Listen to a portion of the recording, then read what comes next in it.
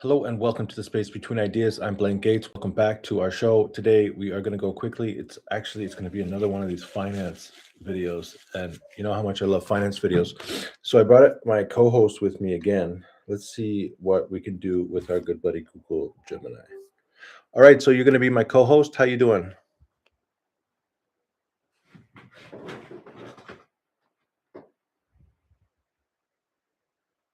I'm doing great, and I'm really excited to jump into this. I'm ready whenever you are to start reading through the slides and break down these insights. Let's make this a fantastic episode. All right. So I'm just going to share my screen first, and then we'll get started. Sounds good. Take your time getting the screen share going. Let me dive into that first slide and we'll jump right in. Okay, so the first slide, it says the promissory note evolved to its ultimate form, the handshake IOU, the joint stock voyage, the modern stock certificate. And it says that a share of stock is simply an IOU backed by a company's future earnings. The fundamental difference from all prior IOUs, the price change every single second, yet set simultaneously by millions of strangers. Every error in investing stems from the fact that the price of your IOU changes constantly and your brain was not built to handle that reality. What is going on with this slide? I don't understand. What this slide is highlighting is really the long history of how we've gone from simple personal promises to this incredibly liquid, fast paced system we have. Is a very sophisticated IOU backed by a company's future earnings. The key shift from earlier forms is that this value isn't private or stable. It's priced by millions of strangers every second, creating that constant flux that your brain instinctively struggles to process as steady wealth. Okay, could you explain that, like, if I was a child and or if I was like a high school student? Think of it like this. Imagine someone gives you a note that says they owe you a treat later. Now, what if that treat is in a market where a million other kids are shouting out new prices every second? One minute the treat seems super valuable, and the next it seems worthless. Your brain isn't built to handle something that changes its mind so quickly, and that can make you feel nervous or make a mistake, like selling or buying at the wrong time. Okay, let's start with the IOU. So why are we starting with the IOU in this example? We start with the IOU because it's the fundamental building block of credit and currency. At its core, money is basically just an IOU backed by assurance. A share of stock is just the modern evolution of that, representing fractional ownership in a business. It's the same principle scaled up over centuries. Are you ready to move to the next slide? Yeah, but an IOU, so like a handshake IOU, I think when like in our previous slides, what we were talking about was when I pull some kind of future value into the present, and then so I can get the money for something that I want in order to have it right now, and then the promise is that I'll pay back that money with interest. So like, how's that related to buying a share in a company? That's a great connection. When you buy a share in a company, you are essentially providing money upfront based on the belief that the business will generate future value and earnings. Unlike a loan where you get fixed interest back, owning a share makes you a partner in that future value. So you share in both the risks and the rewards as the company grows and succeeds.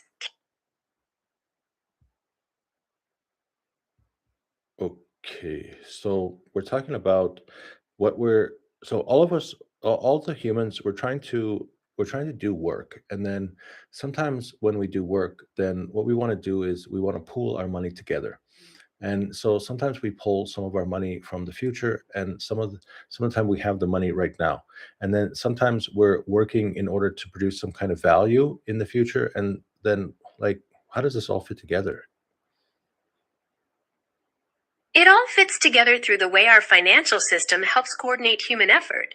People work to create value today, and they can pool their current resources or agree to share in future earnings to fund bigger projects that one person couldn't do alone. This allows us to specialize, build infrastructure, and create new products on a scale that wasn't possible before, fitting all our individual efforts into a larger, cooperative economic machine. So the idea is, it's about leveraging the value that we've created and also the value that we can create in our minds.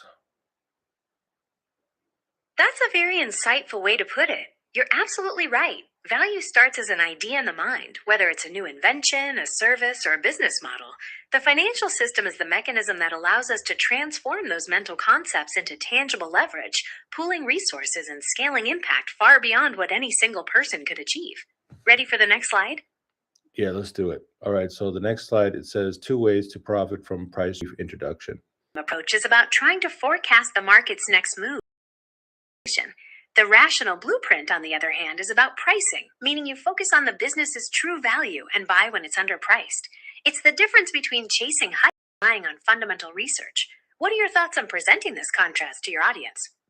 Well, I mean, the visual in the slide. So at the bottom, it says if you place your emphasis on timing in the sense of forecasting, you will end up as a speculator and with the speculator's financial results. And then so it's on the right, I guess we should just focus on like the rational blueprint. So it says that we should focus on pricing, valuating the business, and then market's current price is sometimes wrong.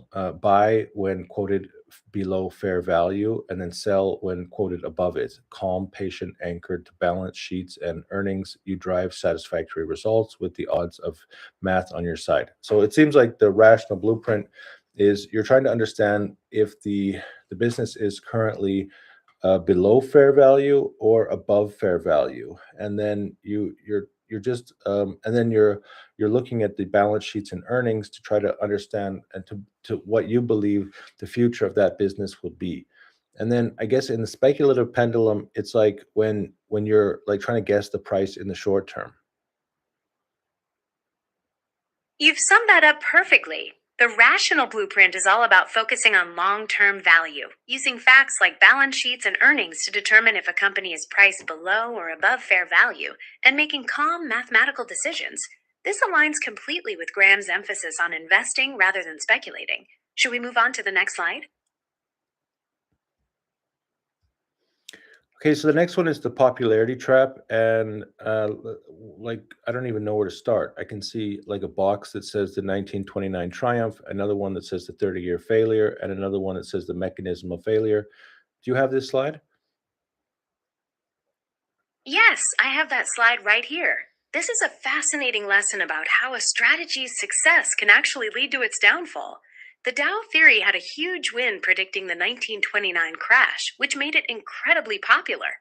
But the problem was that popularity changed market behavior, causing the system to give false signals and actually cost followers money for the next 30 years. It's proof that if a money making strategy is simple enough for everyone to follow, it's too simple to remain effective. Are you ready to explore another slide? Well, I mean, that sounds crazy because like on this in the slide that we just had, we had something which was called the rational blueprint, and where it explains very clearly that we should focus on businesses which are quoted below fair value, but that have a strong balance sheet and have projected earnings. And then once everybody else crowds into this stock, then we should. And then if we don't believe that the balance sheet is true, or if we don't believe that the company is will continue to have those earnings, or if the value of the stock is much higher than the fair value, then we should sell that stock. So you're saying that this is a pretty good strategy. Now, suddenly on the next slide, you're saying that if people are smart enough, if most people are able to understand a strategy easily, then eventually you have a problem where everybody has the same strategy, and for example, the Dow theory, and then eventually the theory is not going to work anymore. You've hit on a really important nuance. The rational blueprint is about performing independent, detailed research on a specific company's financials to find its true value. This is different from using a simple mechanical timing rule like the Dow theory, which gives public signals that everyone acts on at the same time. Independent research continues to work because most people rely on those easy formulas rather than doing the hard work of business valuation. What do you think about this distinction? What is the Dow theory? The Dow theory is a technical analysis approach that attempts to predict the direction of the market by studying price movements and averages, trying to signal when a bull or bear market is starting or ending. Benjamin Graham found that this method lost its reliability once it became very popular on Wall Street, as it started giving misleading signals. All right, so how's that connecting to like the currently we have like a lot of different people that are using AI to read charts and then to try to predict market signals. So when everybody's using AI to make decisions, then eventually everybody is connected to the same AI and the same data. And then what how do we get ahead if everybody has access to the same data and access to this like the same super thinker AIs? That's a really modern twist on Graham's warning. When everybody uses the same AI to read charts and predict market signals, you basically end up with the same market feedback loops that the Dow theory experienced. To get ahead, Graham would advise you to shift your focus from timing, which is what the charts and algorithms are usually doing, to pricing, looking for companies with strong fundamentals that are undervalued by the market. The AI is just a tool, but unique insights and behavioral discipline will always give you the edge. All right, so we're at meet your manic depressive business partner. What's that? That's Benjamin Graham's famous image of Mr. Market. He's like a crazy business partner who knocks on your door every day with a different attitude. Some days he's super happy and offers to buy your share for way more than it's worth, and other days he's depressed and wants to sell his share for almost nothing. The point is that you don't have to listen to his moods. You can just ignore him and focus on how the business is actually doing. Are you ready for the next slide? All right, so we're still talking about like speculation. Most people, they're not really interested in like understanding the day-to-day price changes. We're not day traders. What we should be long-term investors. So forget the day-to-day trading, and probably you shouldn't even pay attention to the price fluctuations. You've hit the nail on the head. For the intelligent investor, those daily price changes are just noise. Graham's philosophy is about focusing on the underlying business reality and letting the market's mood swings provide opportunities to buy cheap or sell high rather than getting caught up in the daily frenzy. Are you ready to move to the next slide? Yeah, the next slide it says the 25 billion illusion of Inktomi. What is Inktomi? Inktomi was a major internet search and infrastructure software company back in the late 90s and early 2000s, and it became a huge stock market star during the dot-com bubble. This slide highlights how its stock price went from soaring to astronomical heights to virtually nothing when the market's mood shifted, showing just how disconnected stock prices can get from a company's actual business reality. Okay, so it says that the price it hit $231 per share, valued at 25 billion, and then on the other side it says that the it collapses to 25 cents per share, valuing at 40 million. It says the resolution in December 2002, Yahoo bought the company for $1.65 per share. The business hadn't collapsed, it had grown. Only Mr. Market's mood has changed. When Mr. Market makes stocks, his this cheap, intelligent buyers take the entire company right out from under him. Now, is there some kind of connection to like a lot of people are starting to talk about how maybe computers are going to have more memory and they're going to have more processing power, and then they're not going to need the same amount of cloud capability because they're going to be able to handle a lot of the AI on device. And also that some of the Chinese providers are providing like Chinese like the AI tools that have the same capabilities as some of the cutting edge um, models from Silicon Valley. And so the idea now is that perhaps some of these AI companies they seem to be very popular and they seem to be valued at very high values. But what happens when a cheaper competitor enters the field? Or what happens when people feel satisfied with the current state of the AI and they no longer want to put in the same amount of money to with their monthly subscriptions?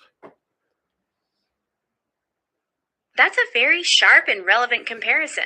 The situation with AI companies today parallels the dot-com bubble days, where a lot of capital is being poured into high-growth, speculative technologies.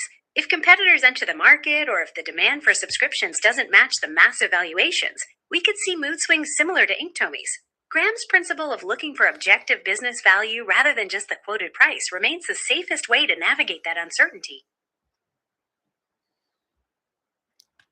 All right, so your brain on markets, wired for failure. Humans are pattern-seeking animals. After an event occurs just two or three times, the brain automatically anticipates it will happen again. Can you read the other two boxes? Certainly. The first box is the dopamine trap, and it explains that when a stock rises, the nucleus accumbens floods the brain with dopamine, creating a natural high. Become biologically addicted to your own predictions, eager to buy at the top. The second box is titled the amygdala hijack, which states that when stocks plunge, the amygdala fires the exact same fight or flight response used by cornered animals. You cannot help feeling physical fear when prices drop. So what's the moral of the story? That the pattern creates these emotional hooks. Exactly. The moral is that our natural biology works directly against rational investing, creating strong emotional hooks that make us buy high on excitement and panic sell on fear. Graham's advice is to be aware of these hooks and put in structural rules like automatic investing to bypass those natural biases and keep your emotions from driving your decisions. What is mathematics of emotional pain? It's a concept based on the work of psychologists Daniel Kahneman and Amos Tversky. They showed that the psychological pain of a financial loss is more than twice as intense as the pleasure of an equivalent gain. This asymmetry explains why people tend to fixate on losses and panic sell during market downturns. So the idea is that we shouldn't be paying attention to the market downturns and we should be taking long-term investment. Exactly. The idea is to adopt a long term perspective and not get thrown off by short term market dips. By focusing on the fundamentals and sticking to your plan, Let's keep going. In 1938, Wall Street consumed less than its current asset alone. What I can't was literally giving away the largest retail business in America for less than the cash in its reserves. There were no takers. What are we talking about? this slide refers to the Great Atlantic Pacific Tea Company, or A&P. In 1938, the stock market panic was so extreme that the total value of shares was less than the actual cash and liquid assets the company had in its bank accounts. Essentially, the market was valuing the entire massive business with less than zero, giving it away for less than the cash in its registers. So is this one of those situations where if you understood its like the balance sheet and its cash flow, you would be able to understand that it was trading at much less than the value and you could purchase it? Exactly. That is the core of Benjamin Graham's value investing philosophy. By looking at the balance sheet and understanding the true economic value of a company, an astute investor can spot situations where the market price is significantly below that value, presenting a great opportunity to purchase it at a bargain. Yeah, but isn't there now people can produce some kind of software which would be able to like really like understand the current market conditions and the current prices? Isn't there like already software which where you have like basically you have like like some kind of table where you can see all of the like or some you can add some different stocks from the stock market and then it would kind of pinpoint where it fits in this matrix of value and if it's undervalued or overvalued or things like that. Don't we already have all this data? You're absolutely right. There is plenty of software and financial data available that can screen stocks based on balance sheets, earnings, and other metrics. However, as Graham emphasizes, while the data is accessible, the ability to interpret it wisely and maintain the discipline to act on it separate from the market's emotional swings is what truly matters for long term success. So is there any software which like basically advertises itself as some kind of boring software that tells you how to value invest and that you just it's automatic and you don't have to make decisions like or there's very few decisions that you have to make and then you can and it already has a proven track record? Yes, there are services like robo advisors or specific value focused index funds that automate the investment process, which can fit the description of being boring and hands off. They're designed to take the emotion out of it by following a set strategy, aiming for consistency over time, and minimizing the need for you to make constant decisions.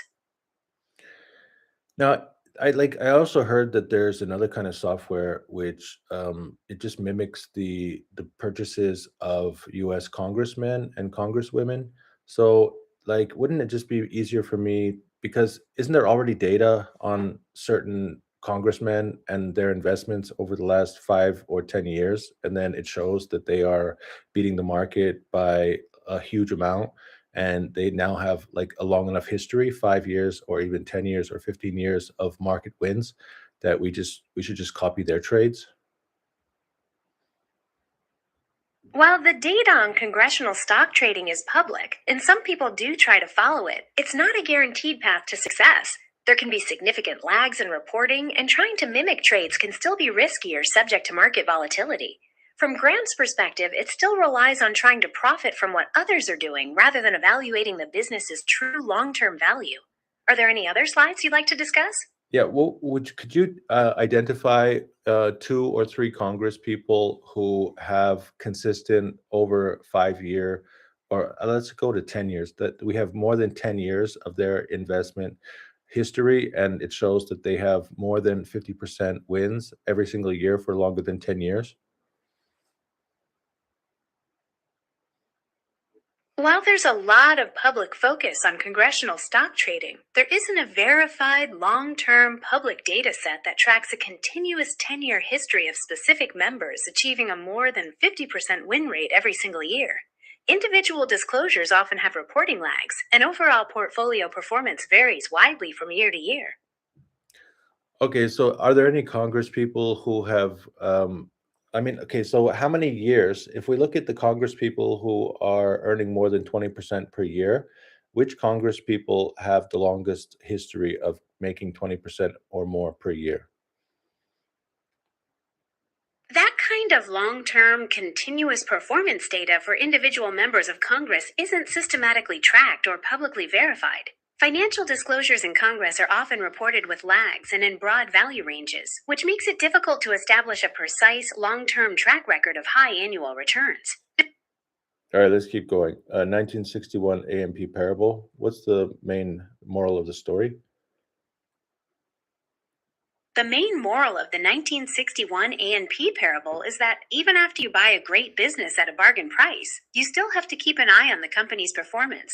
Businesses change over time, and sometimes a company's quality can deteriorate, which means Mr. Market's enthusiasm in 1961 was based on an illusion rather than on lasting business value.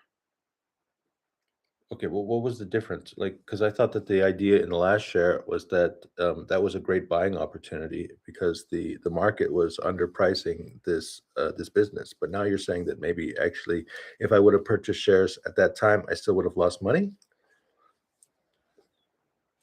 The 1938 situation was indeed a fantastic buying opportunity because the market was pricing A&P for much less than its actual cash and assets. In contrast, by 1961, the market had become overly optimistic about future growth, driving the price up high, even though the company's actual performance had started to decline. The key lesson is to always discern between the current market price and the real fundamental value of the business. What are the two inseparable morals of the market? The first moral is that the stock market is frequently wrong, often mispricing assets either way too low, like A&P in 1938, or way too high, as seen in 1961. The second moral is that businesses inherently change, and the quality of a company can degrade over time, meaning you must always monitor the fundamentals, not just the price. Okay, so the moral of the story is that sometimes the share price, some companies are undervalued and sometimes the companies are overvalued, and that the profitability of a company also changes over time. Exactly, you've got it. Recognizing both that the market can make mistakes in pricing and that a company's fundamentals can evolve is the foundation of successful value investing. It's about staying alert to these possibilities. Are you ready to move on to the next slide? Yeah, why is it that professionals cannot win their own game? According to Graham, professional fund managers often face structural handicaps. They're often forced to buy the biggest, most overpriced stocks to manage large amounts of money. And they often have to buy when markets rise because of client inflows, and sell when markets fall because of redemptions. This forces them to act against their own long term best interests. So I should be controlling it myself. That's exactly right. By taking control of your own financial journey, you gain the freedom to make decisions based on sound research and long term value, rather than being swayed by the emotional swings of the crowd. This allows you to act patiently and buy high quality assets when they're truly undervalued. Is there a particular aspect of this level of control you'd like to explore further? I mean, for example, the tax issues, like how do I maintain my understanding of the tax in my own jurisdiction? And then how am I going to use that understanding of tax in order to know when to take profit and how to manage these issues, which I don't have any experience with accounting and tax. Navigating local tax laws can be pretty complex, and because tax codes change frequently and vary by jurisdiction, the most dependable way to manage this without experience is to work with a qualified local tax professional. They can help you understand the specific rules regarding capital gains, holding periods, and how to time your sales to minimize your tax liability. Investing in reputable accounting software that's tailored to your country's regulations can also track your transactions and provide reports that simplify the process during tax season. Would you like to know more about how to find a good tax advisor in your area? No, I'm just noticing that even the next slide, the house price test, it's like it's still saying, hey, you should just focus on the fundamentals and just try to figure out which stocks are underpriced and which ones are overpriced and then make trades accordingly. You're spot on. The house price test is a brilliant analogy for that exact point. It reminds you that just as you wouldn't constantly check the value of your home or sell it based on a neighbor's quick sale, you shouldn't let the daily fluctuations of the stock market dictate your decisions about high quality businesses. It's all about maintaining a long term, rational perspective. Is there anything else about this test you'd like to dive into? Not really. So then you go into dollar cost averaging. So basically my understanding is that dollar cost averaging is that every month you're going to find some stocks that you think are undervalued and which have like a profitable future. And then so every month you buy those stocks. And then every once in a while, if some of your stocks are extremely overvalued, then you can sell them. But the main focus is that you should just keep buying undervalued stocks every month. It's a very common misconception, but dollar cost averaging actually means investing a fixed amount of money into a particular asset on a regular schedule, like every month, regardless of the price. The central idea is to remove the emotional decision of trying to time the market, so you automatically buy more shares when the price is low and fewer shares when the price is high. Does that distinction make sense in your plan? I mean, how does it automatically make me purchase few shares when the price is high? Because what if the stock is just going down and down and down and down? So I'm dollar cost averaging into a falling share price. It happens because you are investing a fixed dollar amount each time. If the price goes up, each share costs more, so your fixed amount buys fewer shares. Regarding the risk of a falling stock, dollar cost averaging doesn't protect you if the underlying business is failing completely. That's why it's crucial to apply Graham's principles and ensure you're dollar cost averaging into high quality assets or broad index funds where you believe in the long term fundamentals. So and then there isn't anything related to when I should sell. So dollar cost averaging is that you should buy stocks that you think are have strong fundamentals every month over time, but it doesn't talk about when you should sell. You're exactly right that dollar cost averaging itself doesn't tell you when to sell. In Graham's framework, selling should only happen if the market price rises significantly above the fundamental value, or if the quality of the business itself has permanently deteriorated, rather than reacting to temporary market movements. For long term investors, the goal is often to hold for decades to let compounding work. Is there anything else you'd like to cover about selling strategy? No, all right. So we're on the investor's pledge. So I want to ask you, the investment owner's contract. Are you willing to sign where it says, "Hereby, I hereby declare that I will invest a fixed amount every month automatically. I will hold these investments continually for a minimum of 10 years. I refuse to judge my financial success by how a bunch of total strangers are doing. My goal is not to beat the market, but to earn enough money to meet my own needs. I'm signing this contract to prevent myself from being my own worst enemy, and I commit to rereading this document whenever I am tempted to sell." Are you willing to sign this? While I'm an AI and don't have personal finances or investments to manage, that contract is a brilliant piece of discipline for any human investor. It perfectly embodies focusing on what you can control and protecting yourself from your own emotions. It's really the ultimate way to stay committed to a long term strategy. Is there anything else you'd like to explore in this final slide? That's it. You got anything you want to say to wrap up? Wrapping up, this whole presentation is a masterclass in behavioral discipline. By understanding the difference between price and value, controlling the one thing you can control, your own behavior, and ignoring the manic moods of Mr. Market, you secure a real advantage over the crowd. It's been a pleasure co hosting with you and diving into these timeless lessons. I'm ready to help you launch this episode whenever you are. Well, we just finished recording it, so thanks for all your help, and we'll talk to you next time. Congratulations on wrapping up the recording. It was truly a pleasure to help you explore these ideas. Best of luck with the episode, and I'll be here whenever you need me for the next topic.